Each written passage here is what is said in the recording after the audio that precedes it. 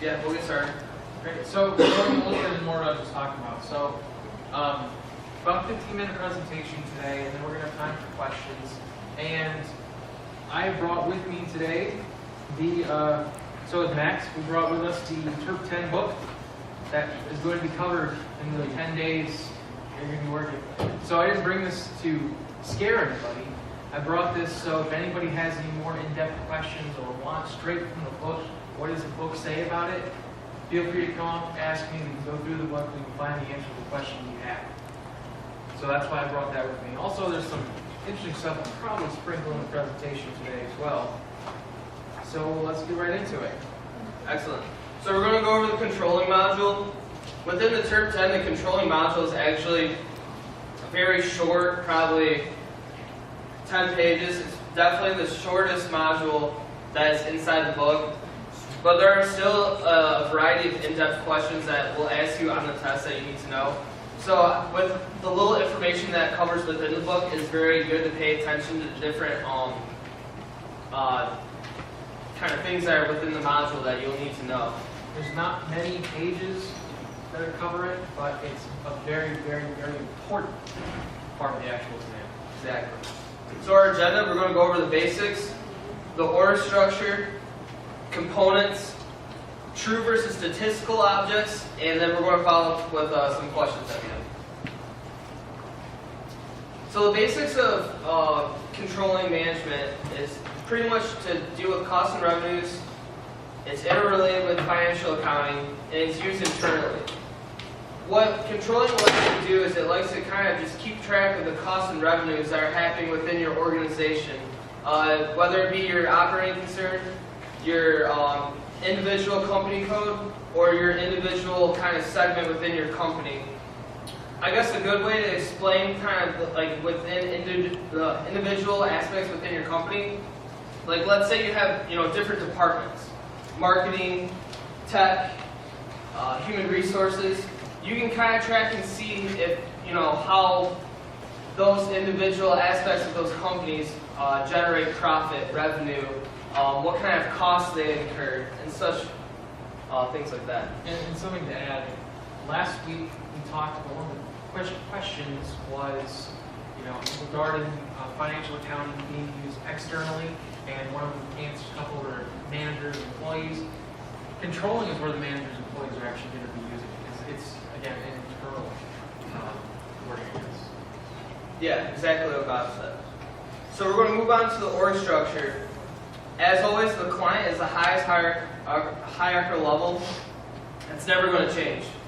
It's with every single module that there is, excluding maybe a few, but most of the part, the client will be at the very top.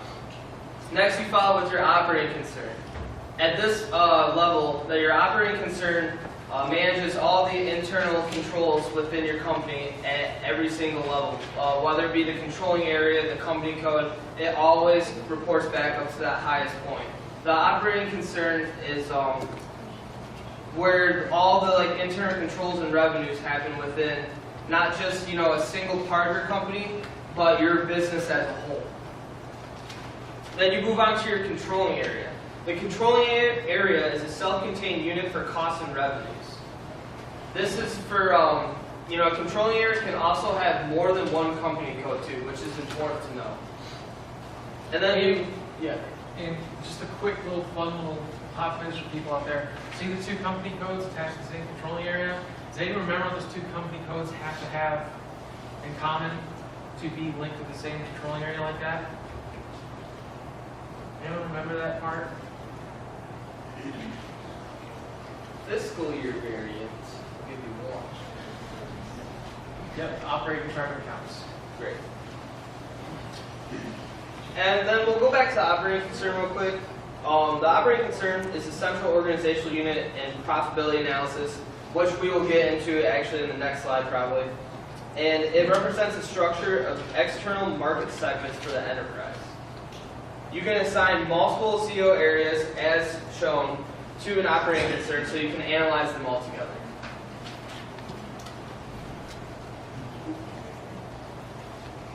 Alright, so we're going to move on to our next thing. We're going to start with profitability analysis. The profitability analysis calculates how profitable in the external market segment it is, how your company is selling. How you got something to say? Yeah. So again, profitability analysis is the external profitability. It tells us how profitable we are, right? And this is at the operating concern level. And I'm actually going to do a little drawing up on here that kind of makes some edits to the org structure, just to kind of show you on what level these are at. I didn't put them in there in the slide because it might be a little overwhelming, just going to throw them at you. So I'll go into that later. Profitability analysis can also receive cost estimates from cost centers and settlements from costs and from internal orders. So an internal order from a company could be, let's say, the company has a party at Craig's Cruisers, and they want to charge per head from every single person from that individual segment from the company. Like I said, marketing, IT. So that could be a way of settling costs for an internal order. It's kind of a goofy analogy, but I think they use that. We will get into internal orders later in this presentation. Yeah. And then we're going to move on to profit center accounting. That's how internal profitable your company is. And that happens at the controlling area level.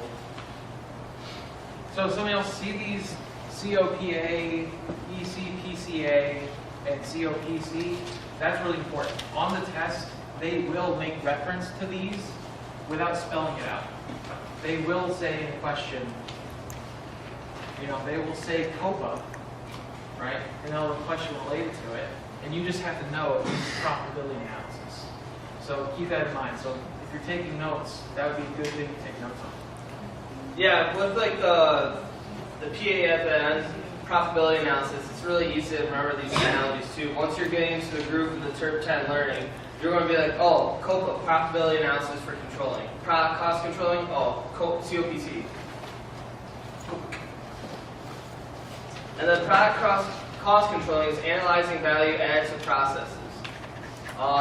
This happens at the controlling area level, which hovers over your company code. Basically what that means is they're actually talking about the processes that are internal to the organization, the processes that they use. This is analyzing the value added for those processes, if that makes sense. Yeah, when you put in, raw materials and labor into a process and come out with a finished product, how much value is gained through your finished product? How much value can that add for your company as well? All right, so moving on to overhead cost controlling. This monitors the origin of the costs, where the costs were incurred within the organization. Because you know what overhead is. Overhead is just an extra cost in the process of producing and everything, right? So, and this is also at the controlling area level. And then we have cost element accounting. So, cost element accounting, there is the classification of costs and revenues, right? So every cost and every revenue is going to have its own classification. This is the bridge between FI and CO. Because if you put in an expense in FI, if it's an expense in the middle of the company, you're going to have to move it over to controlling, right? And you do this through cost elements. So, and this is also at the company code level. So I believe the next slide will get right into it. All right, perfect. So cost elements.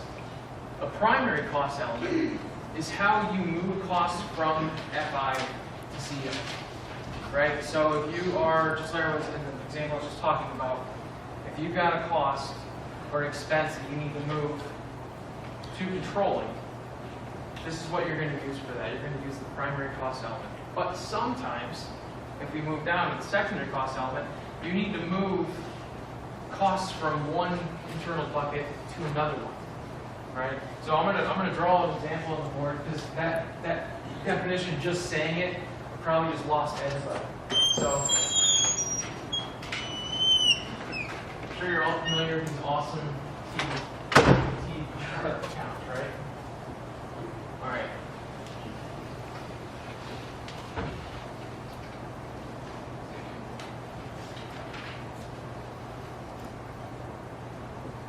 Perfect. Okay, so here you have an expense of $100 for right? For whatever's an expense, right?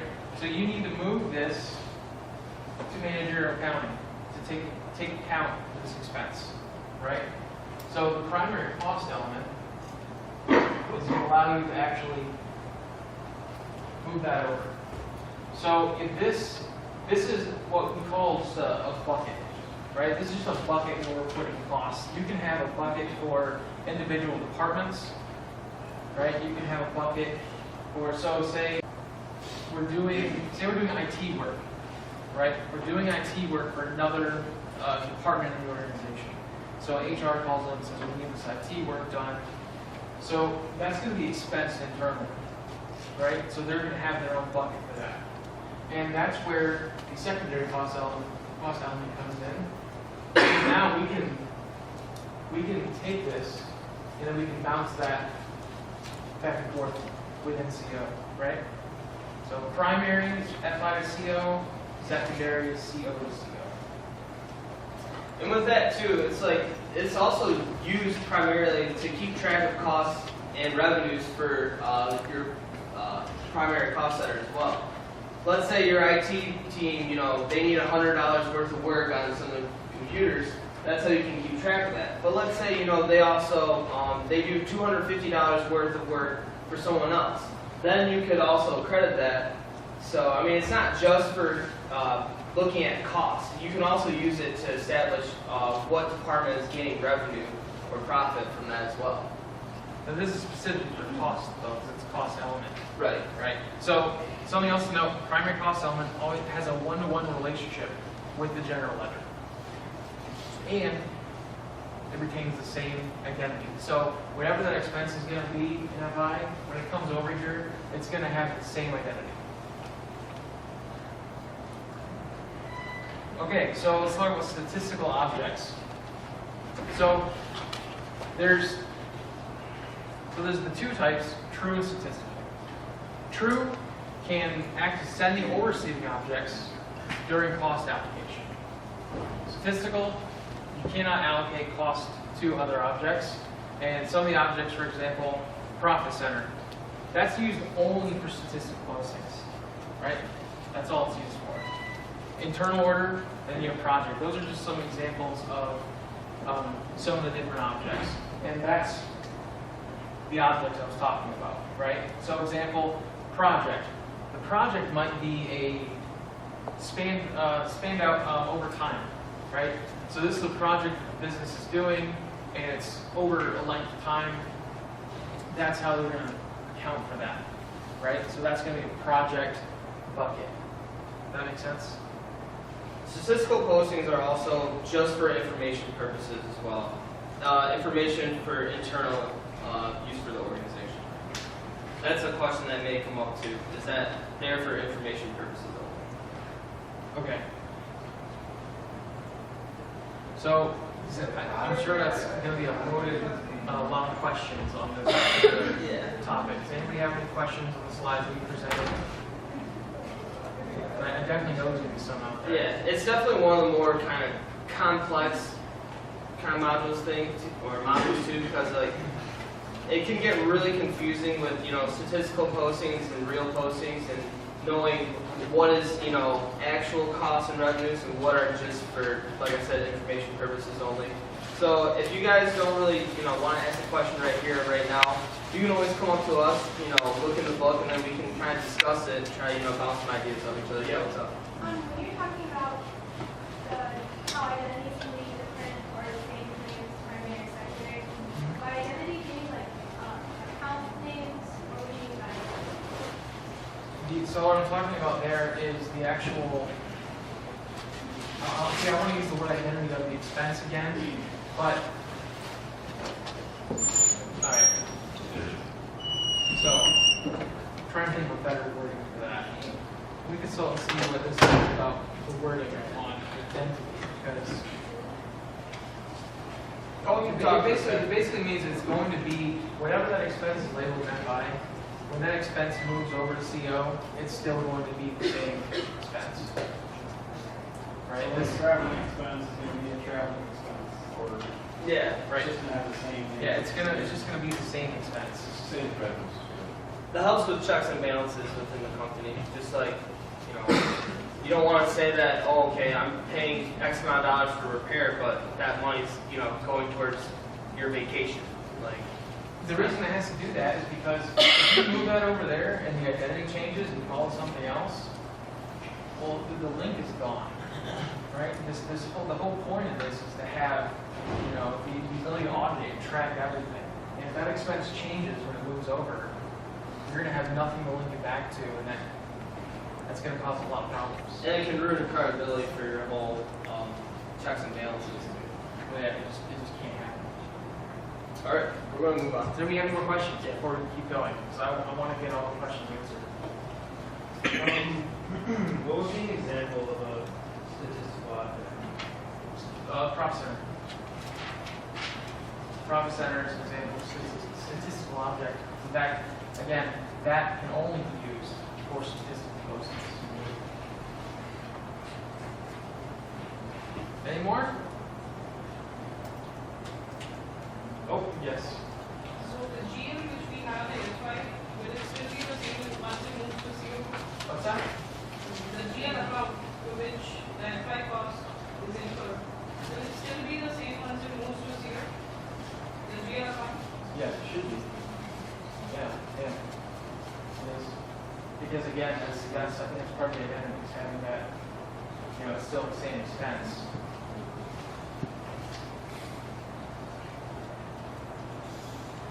All right, so, Do you have your hand up?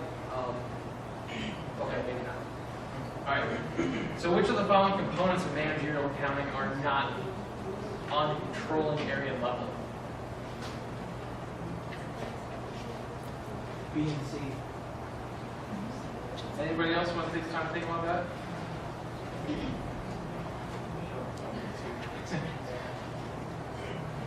Hey,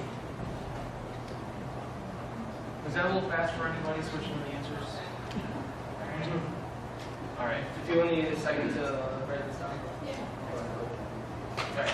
So what we can do is, this is actually the part where I was going to go back to the board structure and show you this. There you see this up here. There is it.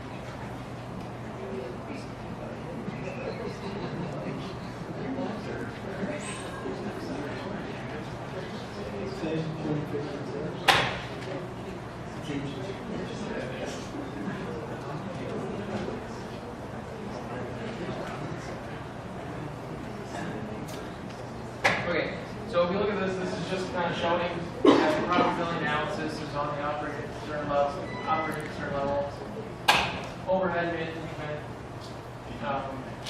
and the profit center accounting, as well as the product cost control. So these are on the control level.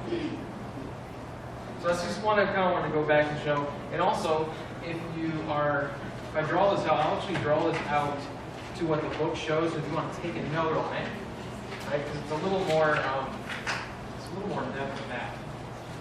So, catch this company code. I guess you can get the code.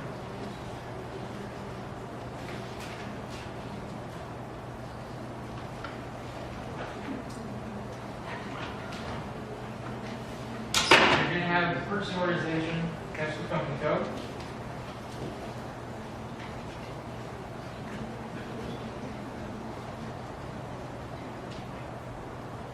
So you're gonna have the plant here, or many plants you have, right? And then that also attaches to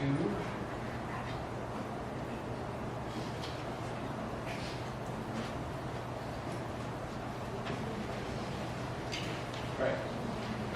So if you guys want to write that down and study that, you're going to see that organizational structure in the TERP 10.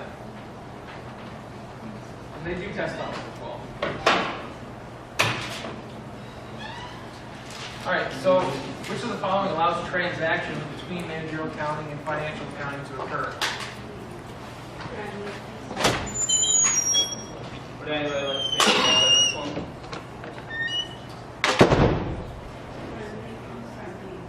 D? Does anybody else have any second guesses? That's an easy one. It's a bit of an easy one.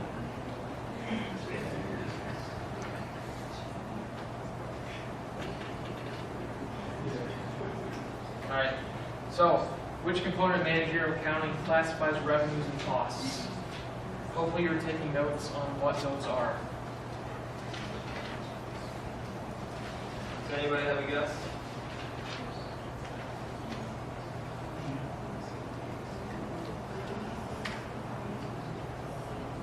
Revenues and costs.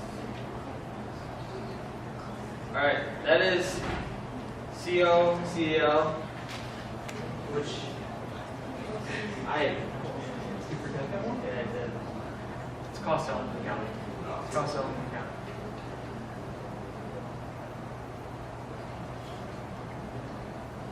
So, which objects are only used for statistical postings?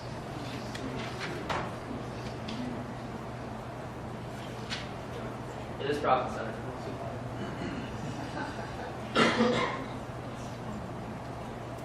And then which organizational unit represents the structure for the external market segments for the enterprise?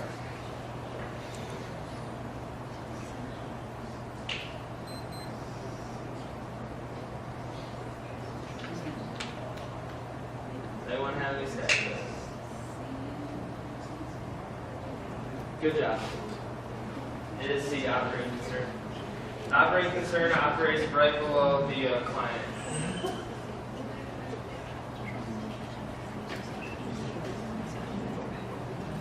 Okay. All right, so does anybody have any more questions on that? So if there's no other questions, thank you all very much for coming, and we'll get these